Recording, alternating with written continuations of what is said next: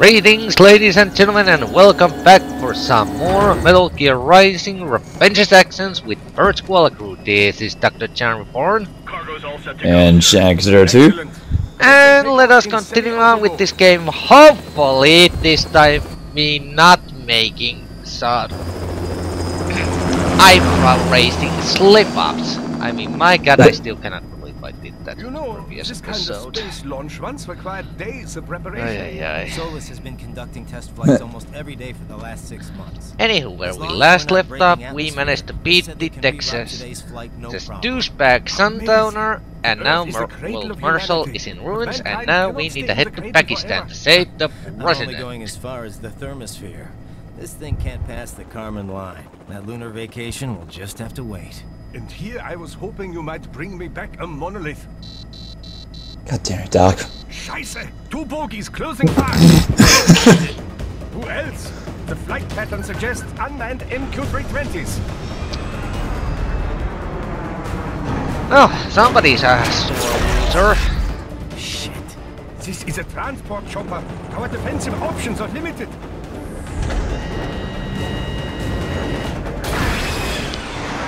Missiles incoming!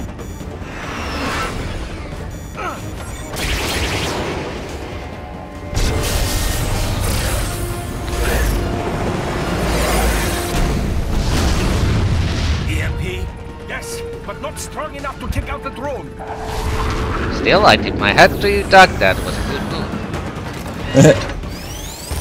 Yeah, sorry about being silent here, but let's just let the awesomeness of the cutscene take over for a few minutes, because trust me, we will be getting to the per usual episodic bullshit and screw-ups in due time. Yep.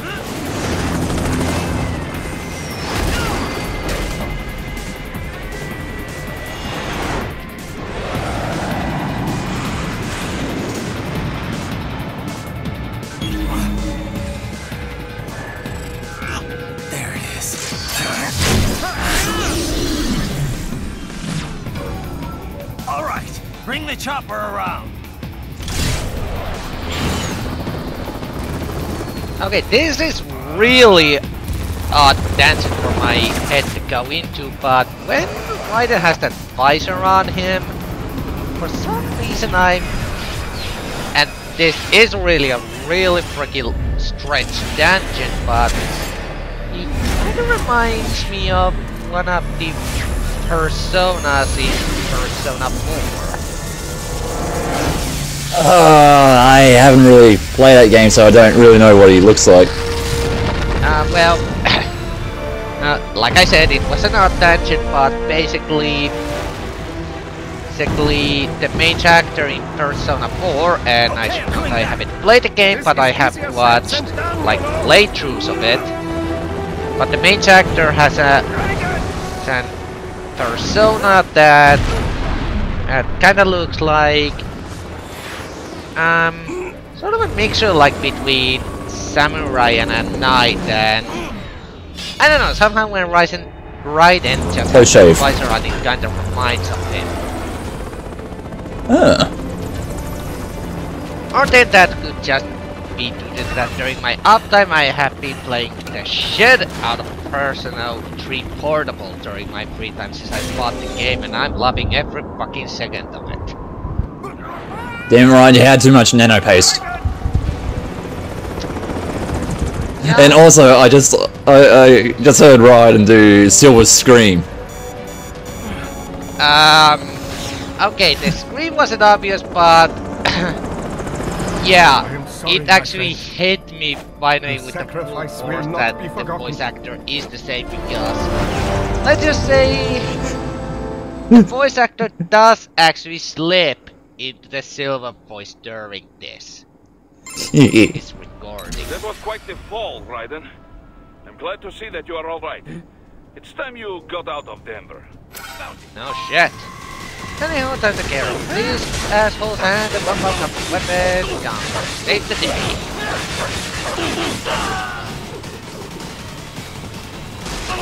Nice Desperado armor. What? Nice Desperado armor. Ah, yes. This is the skin we unlocked for Raiden after finishing the Marshall chapter, the Desperado skin, and I've decided to equip it for this recording session. But it won't be with us for the rest of the game, because I'm thinking that for the finale, maybe we should just go back to the Revengeange skin, because let's just say it does make the final moments of the game somewhat hilarious to see Revengeange beating the shit out of everything. Nice. But that's it. Yeah, the Desperado armor, I really like the black and red color scheme. Yes.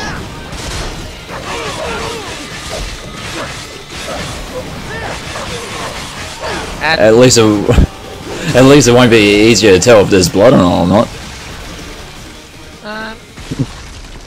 yeah, true, but but technically you can see the blood just fine on his default skin, and I got an A rank from that. Nice. But Are you all right? yeah, I can see I what can you handle mean. this. You just get those brains out of here. And what will you do? Get out of And here. I was To going the to say launch something site. else, but I already the lost the young red ladies' thread. company, God damn yeah? it. How fortunate they are in Colorado too. Yeah. Shouldn't take more than 2 hours with a set of wheels. Guess I'll just have to borrow some. A lot of cars got I have to abandoned when admit the though, evac this order is came kind of down. an odd But chapter won't the roads be construction for If you are struck this by one of point, those missiles, because or... I know. Let me Because just worry about putting some basically, distance between well, me and you World won't be Market. seeing it during What's left of this episode, because I decided to put that, edit the two together to somewhat seamlessly, so they seem like one. Oh yeah, by the way, here normally there would be a black chest which would give you the very last health upgrade in the game, because as you can see my health is at 190%, that's the maximum you can go, but I decided to restart the chapter simply because I had forgotten where I stopped during the previous recording session before this. But yeah, that's where the black chest would be, but and I lost the fucking red thread. God damn it. I think it's my Skype picture that's throwing you off. Yeah. That, or maybe the slip up from the earlier episode is still haunting me. Like, I honestly got cracked up upon myself when I was editing that, because I cannot believe I actually spurted something like that out openly. My god. Oh yes, and by the way, after dealing with this one, I think there might be some sort of an unintentional AI fuck up here, which happens every and single time I play this game. I don't know. It seems like a fuck up, but I'm also wondering was this on purpose, because this gecko always gets stuck against that sign if you let it wander around for a little while. Yeah, he also does that on the PC version also. Oh, it is in the PC version. Yeah. Huh. Maybe that was intentional, to like give one free sneak kill or something. Maybe. Or it's just probably a bug in the system. That could be it. Not that I'm complaining, maybe because every single free sneak kill means free health refill for me. Anywho, let's get the hell out of Denver after we just pick up some chests, and luckily this portion isn't too bad. You just need to deal with some variety of moves that you have been dealing with so far, and fucks. I, by the way, got really lucky with that hand there. I wasn't even aiming for it. I tip my hat off to you for not using trigger Zandatsu. Well, I activated the Ripper mode there against that guy, and in Ripper mode you cannot perform the Zandatsu. Alright.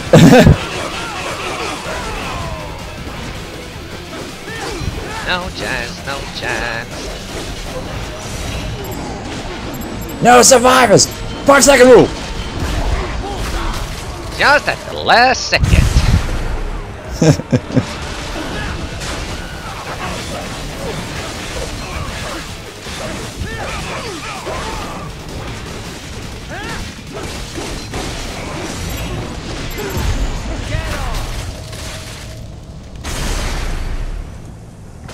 And done.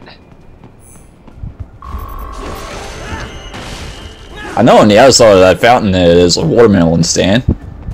Ah, yeah, that's actually I think that's a sort of a Easter egg or sort of a I don't know, Easter egg or either some sort of a tribute to the I think it was like one of the earliest trailers or advertisements for this game where there was basically just Raiden slicing the shit out of a humongous load of watermelons.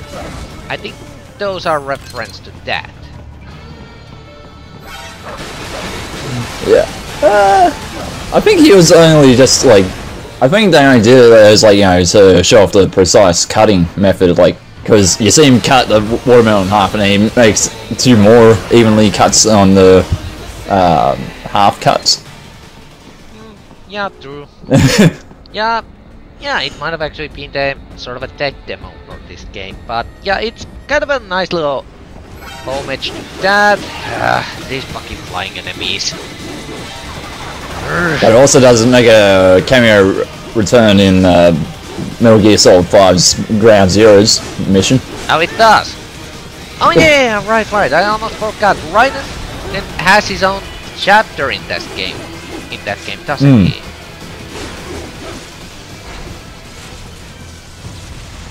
I almost forgot about that. Oh my god, with these tripods and dwarf geckos, I don't even know what they're called now, just F off? We're trying to get to the airport. And raptor bots.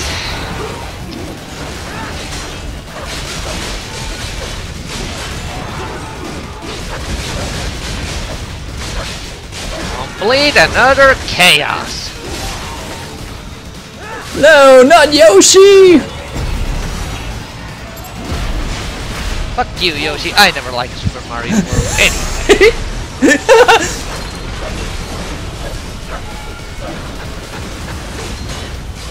Yeah, no. Fuck you, miss.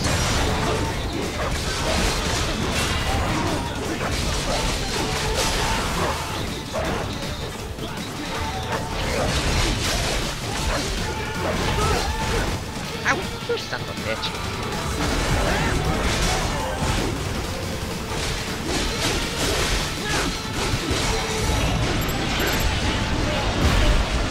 And I still somehow got that.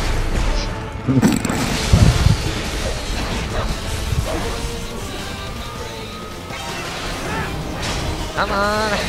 Just need to take care of you little bastards. And where's the last one? There's the last one on the radar. Little detour, nano base, there we go. Let's kill the last one of these. Yeah, BP. And A rank. Booyah. I've located a route with relatively light security. Oh yeah. Now I actually okay. Radar. Now I remember actually what was one of the red threads I was trying to talk about earlier, but the construction of this chapter is kinda odd because all the previous chapters we've done, they've been relatively long in length, but this one is really short in comparison to the other ones. And this one is immediately followed by another chapter, which is actually nothing but a boss fight, so kinda makes me wonder that did they like run out of ideas at this point, or was it just constructed like this so that the player could gain some battle points to buy some of the final upgrades? I'm probably just gonna say they built it like that. Because I know there's one room in here where you have to fight against 3 of those gorilla things.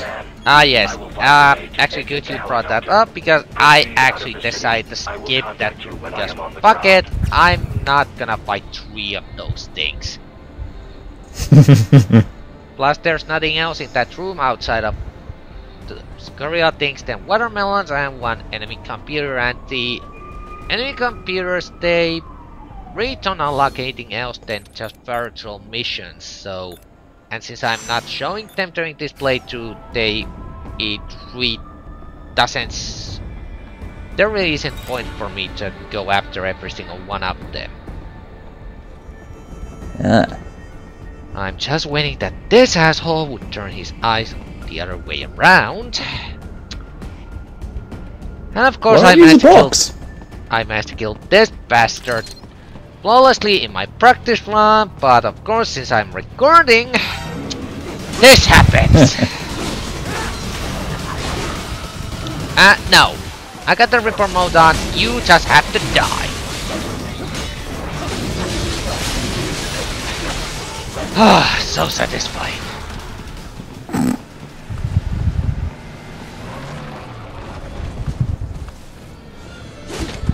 Once again, oblivious guards are oblivious.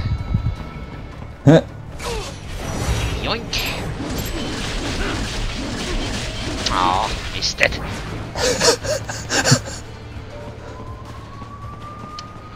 Yoink number 2.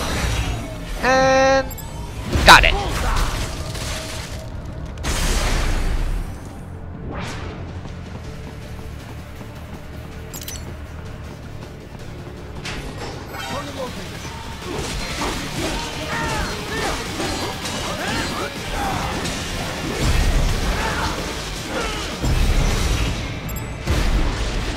Damn, Raiden. At this point, Raiden is probably so sick and tired of this shit that he doesn't even care anymore. I know I would be. Having to listen to like half a dozen and half insane philosophy speeches and whatnot. Yeah. Among all the other shit that's been going on. You have escaped the pursuit? Seems like it. You have passed the last of the barricades. Save your strength. Find a vehicle. Right.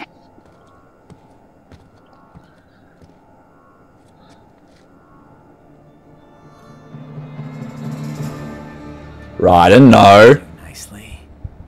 That's Jetstream Sam's. Ah yes. Kinda makes me wonder exactly how long has that fucking thing actually been standing there, or is that like Sam's revered spot in the city or something?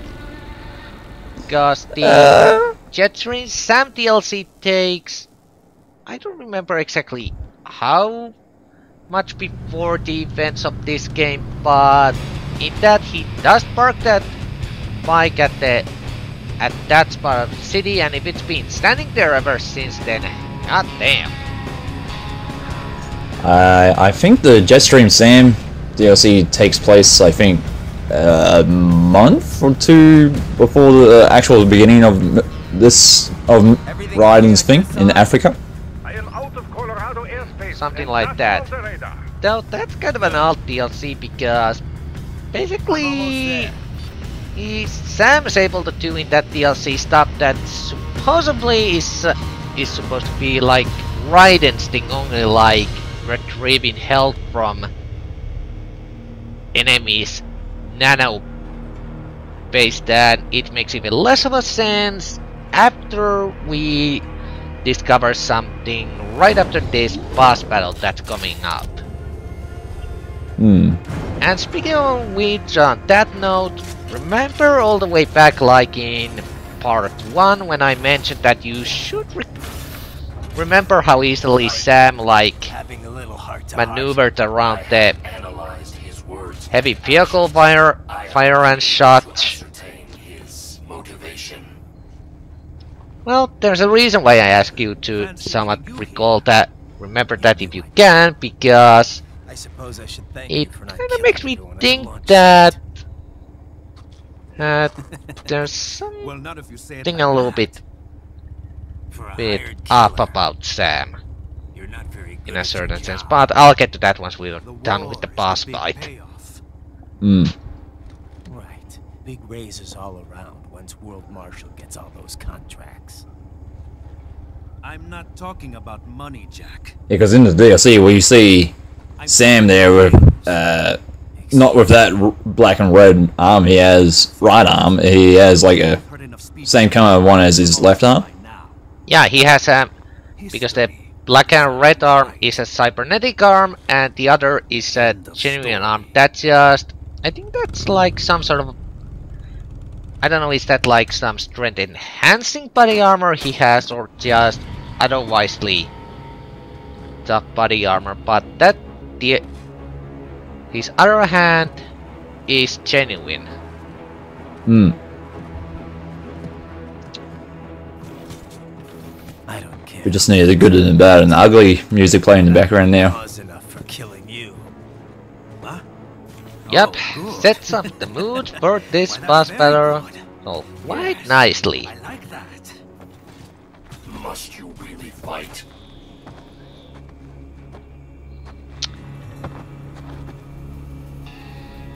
Don't interfere.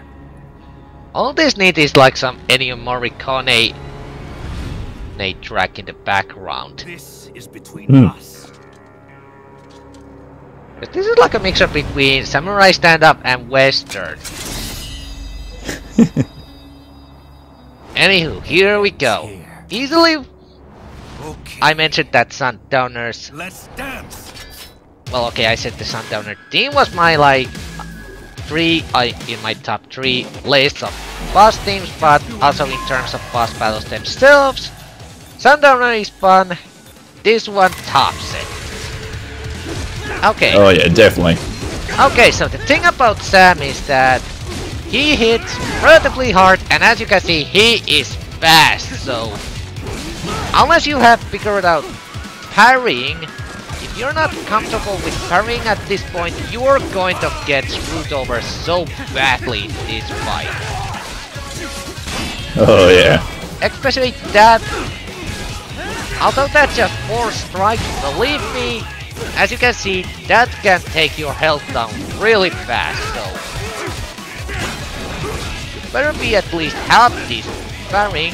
I'm just fucking up here because I'm not paying attention at times when I should. And there Nice.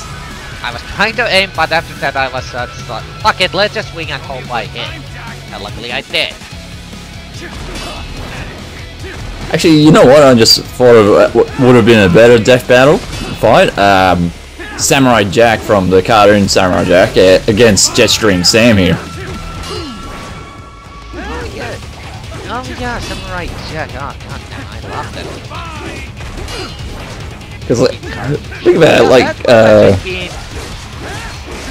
because think about it, they could just recycle the audio of Jetstream Sam saying, "Show me a good time, Jack." Yeah. Might have been a little bit off place, but it would have been actually rather fitting. Okay, and okay, this attack. This is really dangerous. He rushes at you 3 times, and you better parry those because. Ugh. If even one. Okay, and this attack threw me off because he didn't do this during my practice run. That's a rather rare attack for him to do, where he launches those rocks at you.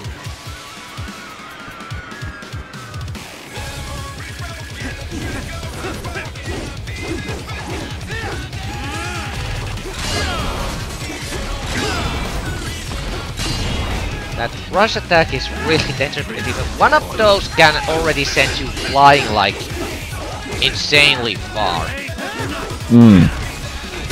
Not to mention that attack just hurts. Really hurts. He also has another trick up in his sleeve, which he did do in practice run, but for some reason didn't do during this actual recorded boss fight. Is that if he's played... Oof, there I kind of fucked up. Luckily I got some invisibility frames there. But he also has an attack where if his blade is shining, you don't want to attack him. If you do, at that point, he will wombo combo you. And here's... See, there! There, that was definitely Silver's voice. I swear to God, the voice actor must have just accidentally slipped into Silver in there and they just didn't feel like correcting it.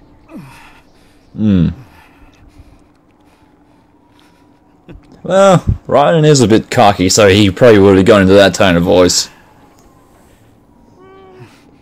Well, okay, I guess in that sense, but... Anywho... So yeah, we just saw how Sam went relatively easily one-on-one against cybernetically enhanced and mercenary. He managed to dodge heavy machine gun fire in Africa, and the big reveal is...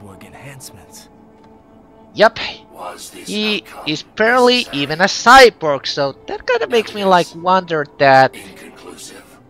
I guess even AIs don't was he like... Just, I know one of the things in Metal Gear Solid 4 is that during that time, human mercenaries are like impaced with nanomachines that they can sort of pop up their physical strength, so I'm kind of like wondering that is Sam like pumped with some sort of version of that that's still active, or how the hell is he otherwise able to keep up with actual cyborgs? Never know. Possibly the way of the samurai? My file indicates Sam inherited the sword from his father. Going to bury it? I will retain it. It's just kind of odd because it just kind of makes like odd concept that okay, cyborgs have been like played in this like the newest like mercenary and military force or resource in this game, and now then there's Jetstream Sam, who without too much of a cybernetic enhancement is almost able to do exactly the same stuff as cyborgs can, so kinda makes me wonder a little bit. Raiden, we have less than 1 hour. Hurry! Roger that.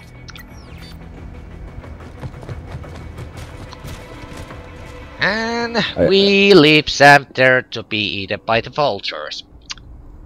Very heroic of you, Raiden. Anywho, A rank death boss fight, hell yeah! Nice. And this time around, we don't unlock any new weapons for us, because Sam's blade isn't gonna actually come around until a little bit later, but that's for another time. That, however, concludes part 12 of Metal Gear Rising: Revengeange, so I hope you guys enjoyed, and this is DoctorJhonReborn. And Shag02. And both saying bye-bye everyone, see us later.